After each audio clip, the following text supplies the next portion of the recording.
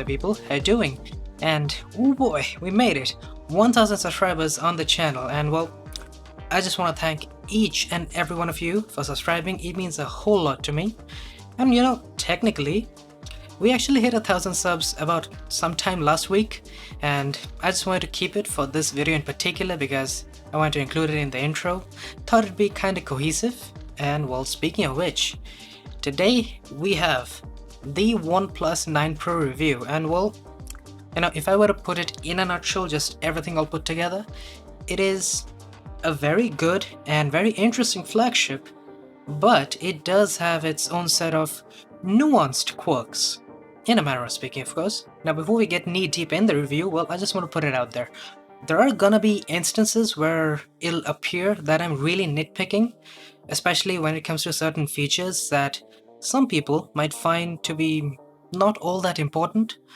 But do keep this in mind. My job is to give you the absolute maximum details that I possibly can in a relatively short time. So yeah, I might nitpick a little, but you know, in a flagship like this, I think a little nitpicking is required. But nonetheless, let us move on to the design. Basically, this one has no nitpicks. It is essentially perfect in my opinion, because in my hands I felt like the design of the OnePlus 9 Pro was ticking all of the A+ boxes for, you name it, comfort, the looks, the texture, and also fingerprint resistance on the Stellar Black in particular. If you're gonna go for the glossy versions, well, needless to say, fingerprints are gonna be a major problem. I really wish all of the versions were matte finish, but that's not really the case, so I would highly recommend you guys to go for the Stellar Black. It is the best, it is among the best finishes that I've ever held in my hands. It's about right beside the S21 Ultra's Phantom Black, just fantastic. Now for the camera module, I think it's not as boisterous and bold like the S21 Ultra, but I think it's unique looking enough that you won't be disappointed. On the front, once again, very similar story. There are no complaints as such. I mean, the curves are present, and I know some people just hate curves. For them, obviously, it's not gonna be 100% perfect, but I do think that with the curves being as minimal as they are, I think it's amazing. It looks premium, it feels great in the hand, and it obviously has very good palm rejection. At least in my experience, that's been the case. As for the punch hole, we have seen it over and over the last 2 years about, and it's kind of become obvious now. This is the design we are gonna have until we get under display cameras. So until that point, well, this is basically the best you can get. So design, as I said initially, just perfect. Now display, well, that is where things might be a little bit hit or miss. In a manner of speaking, again, like the problems that I encounter may or may not bother you, so do keep that in mind. So for the good part of the display, it is 1440p, 120Hz, it's got all the good stuff. It's even got 10-bit color, which does come into play in HDR. We'll talk about that in a moment. But the problem I've noticed is that this time around we have a very high quality LTPO display, which gives us variable 120Hz between 1 and 120. Now, the problem here is that when you're trying to scroll, like especially sometimes in the UI and more so often when I'm trying to scroll the Google feed, I've noticed quite a few stutters. I'm not sure if I can really show it off properly on camera, but trust me when I say the stutters are definitely there. And in the last 1.5 months or 2 months that I've used this phone, those stutters have not exactly been fixed. So I do want to point this out, that it doesn't happen always, but given that OnePlus's mojo from almost like the beginning of time has been centered around fluidity, yeah, this display in particular, it just doesn't feel that fluid with all those stutters. It's especially noticeable and especially annoying because it's a OnePlus device. I think that's the best way I can put it. Like, I find it insanely annoying. I do implore you guys to like go to a store, if possible of course, and then just use the phone, you know, scroll a little, see if the stutters are actually gonna bother you, whether you notice them at all. and then go for the OnePlus 9 Pro. Because in my experience, these stutters, they've not exactly been a pleasure cruise. But the rest of the display is actually really good. The 1440p, great sharpness, and I've set it to variable 1440p. Basically, it'll adjust the resolution based on battery usage, so that's a safe bet in my opinion. We'll get to battery as well, but content consumption on the other hand, the colors, the contrast, the brightness, it's all there. The brightness isn't the highest we have seen, like right now. I think the highest is 1700 nits in a smartphone. I mean, compared to that, 1300 nits is quite a bit lower, but it's still pretty damn amazing. Like, I can still use this in broad daylight and have no issues whatsoever with visibility. HDR 10 and 10 plus look amazing with peak brightnesses. It's a great display, basically. That's what I'm trying to say. There are problems like the stutters, but it's a great display. And speaking of HDR, well, I like it. Like, the 10-bit color really helps out in avoiding any kind of banding at all in gradients. It looks really clean. But, you know, the contrast and the saturation, also the white balance, in some cases I felt that it was a little too off. Like, most of the time I've noticed that HDR looks kind of flat on the OnePlus 9 Pro. I do realize some people might like the flat look, but me personally, I prefer a much more punchy look, something like the S21 Ultra can provide that.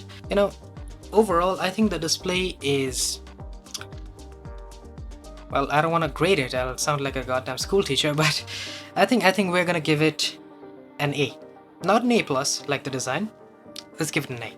Now, for the cameras, well, ooh baby, there are a lot of things to talk about here. I'm gonna make a dedicated camera review soon enough, but you know, in a nutshell, I'm just gonna say this. It's almost like a crazy party going on here, in a good and a bad way, because on the front camera side of things, I think it's a little lacking because front cameras are obviously used for selfies, and I'm not a huge fan of how selfies turn out on the OnePlus 9 Pro. Quite often I've noticed that the skin tones are not particularly great, and you know, the field of view isn't really huge, and selfie video is quite a bummer. I don't use selfie video, trust me. I never use selfie video other than the camera comparison that I make, but in a flagship, just 1080p 30, not great colors or dynamic range in certain situations, it's not exactly nice to see. The rear cameras, however, they tell a completely different story, because the main camera here, well, it's not like previous OnePlus devices where it'll go for really punchy colors, especially in like photographs. I've noticed it can be a little too flat and little too desaturated at times, not always. Just some instances I've noticed them. You know, that's kind of expected because OnePlus, with the Hasselblad partnership, they kind of made sure to get the point across to every single person that they want natural colors. Now, it can be a little too flat, trying to get those natural colors. You may or may not like it, but that's just how it is. The ultrawide on the other hand, yeah, essentially this is the best ultrawide camera for photography that I've ever seen. We'll get to video soon enough, but for photos, I think this ultrawide camera produces consistently amazing results, and there are very few cameras out there which can even come close. Now, in night mode photography, I think that is the one place where we could use a little bit improvement, because especially like with the ultrawide camera, we need more exposure time, essentially. Even in the darkest situations, I've noticed that the ultrawide camera is just gonna take like, 1.5 or 2 second exposure. Like, come on, we can easily hold the phone still for 3, maybe even 4 seconds if it's required. Like, I would love to see at least the option to get an extended exposure. I know for a fact that if we get a 4-second exposure, this ultrawide camera could do wonders. On the main camera, it's a similar story with night mode. I think a little bit more exposure, especially with like very dark situations, could help a lot, but otherwise, the night mode situation is crispy good here. Now we do have a 3x optical zoom here. It's 8 megapixels, so that's kind of a bummer. You know, it's not very high quality. It gets the job done, but it's nothing to write home about. And you also cannot take 4K video with the 3x optical zoom here. That's quite a bummer in terms of versatility. And well, we also have a black and white sensor. I've never used it, I'll tell you right now. Like, not once. I completely forgot that we had a black and white sensor. Anyways, then for portraits, I think that is one place where OnePlus still needs to improve. They have come a little bit far, I think. Like, sometimes I feel like skin tones are better produced, sometimes the contrast can be ever so slightly well balanced. But to be honest, there are phones out there that can do way better with portraits and human subjects as a whole. Like the skin tones, the contrast, the HDR, all of that stuff put together, it's fairly mediocre on the OnePlus 9 Pro. I wish it was better, trust me. When I heard about the Hasselblad partnership and all that, I really hoped that they would work on the skin tone side of things. But unfortunately, that's not really the case. Also, you cannot use a 3 times optical zoom when you're using portrait mode. I don't know why, it just crops into 2 times. That's not exactly nice to see. Now for video, as promised, well, essentially you can get really good high quality video from both the main and ultra wide cameras, but that's about it. Because let's face it, in 2021 you want, at least by minimum, you want 4K video. You're gonna have to switch down to 1080p to take 3 times optical zoomed video, and that's like 1080p should only be used for slow motion in my opinion. Anyways, for the main cameras, I think can produce some really good and high quality video. But I've noticed some problems in terms of the consistency with exposure and contrast balance. Like, trust me, this one has great dynamic range, but you know, it can be a little iffy with exposure, and that may or may not end up being a problem for you. For me, it was not the biggest deal breaker, but I just feel like OnePlus should be able to improve on this. We never know. Maybe we might see this one major update that fixes everything. Now, ultra-wide video, well, just like in photography, this is basically the best ultra-wide camera for video as well. You can get both amazing 4K 30 and 4K 60 footage. Like, the amount of detail this ultra-wide camera can capture, along with the amount of light in some low-light situations, it's staggeringly good. There are, again, like, countable cameras out there which can actually compare even to this ultra-wide performance. Like, the main camera is very comparable to many of the other smartphones, but the ultra-wide is really the place where it shines. It's honestly so damn good that I'm easily willing to forgive the lack of versatility in terms of zoom. You know, it's really impressive. I mean, there are some shortcomings. You cannot actually use 4K 120 with the ultra-wide. I really wish we could, because that's just a fantastic feature.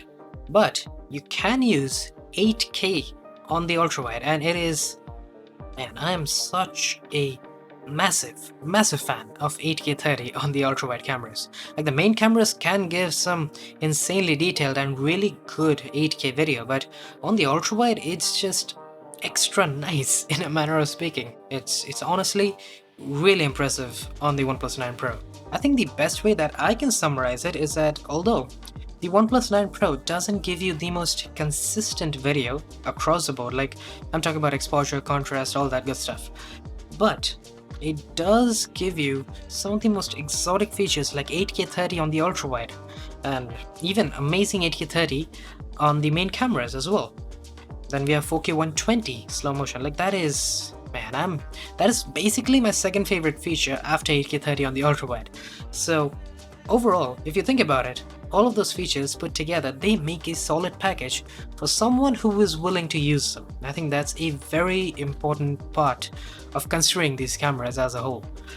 If you want the OnePlus 9 Pro, you're gonna have to be ready to see some inconsistencies, as I said before, but if you're more interested in these crazier features and you don't mind the fact that selfie video is hot garbage, well, then you're gonna be very impressed with what the OnePlus 9 Pro's videography has to offer. It's obviously not perfect, and it also doesn't seem to focus amazingly well, like compared to other flagships out there, but it's gonna get the job done. That's what I'm saying. Like, yeah, if you're gonna run around with the camera and hoping to focus on, you know, something nimble and small, like Valentine in my case, you might run into some hurdles. So as a whole, I think the OnePlus 9 Pro's camera is gonna be impressive, but to some people it might be off-putting because there are sacrifices. Now for battery, I think this part is going to be fairly quick because it's a OnePlus device. It has amazing efficiency, and you know, the display in particular with variable 120Hz, you couple that with dynamic 1440p, you know, it's going to give you some very good battery life.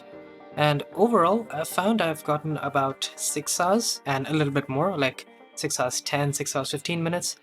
I haven't really like cracked 6 hours 30 yet, at least in my use case, medium to heavy, mostly using the cameras. I felt like it's not as good as some of the other devices out there with 5000 mAh batteries, but it's gonna get the job done nice and easy. But there is a little silver lining here, because even though not the best battery in the world, it does have some of the fastest charging.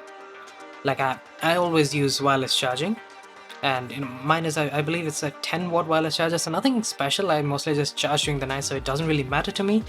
But if you're interested, we do have warp charge. I believe it's 65 watts this time around, and we also have very fast wireless charging support. I think it's proprietary.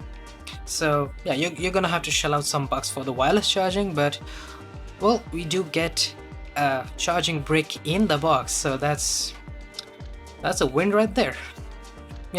Just like every other smartphone, this one's got some issues here, and you're just gonna have to decide for yourself if you're prepared to live with them or not. And I know I didn't really talk about the software because I don't think there's much to talk about. Essentially, Oxygen OS is amazing. It's obviously not as crazy customizable as One UI from Samsung, but it's basically my second favorite Android skin out there. It's much better than stock Android in my opinion, and overall, I think it's a solid device. Like, if you think about it, it has some issues there, but man, I enjoyed my time with it. So that's it for today. I hope you guys enjoyed. If you did, do hit that like button, subscribe if you haven't already, and I will be seeing you guys later. Cheers.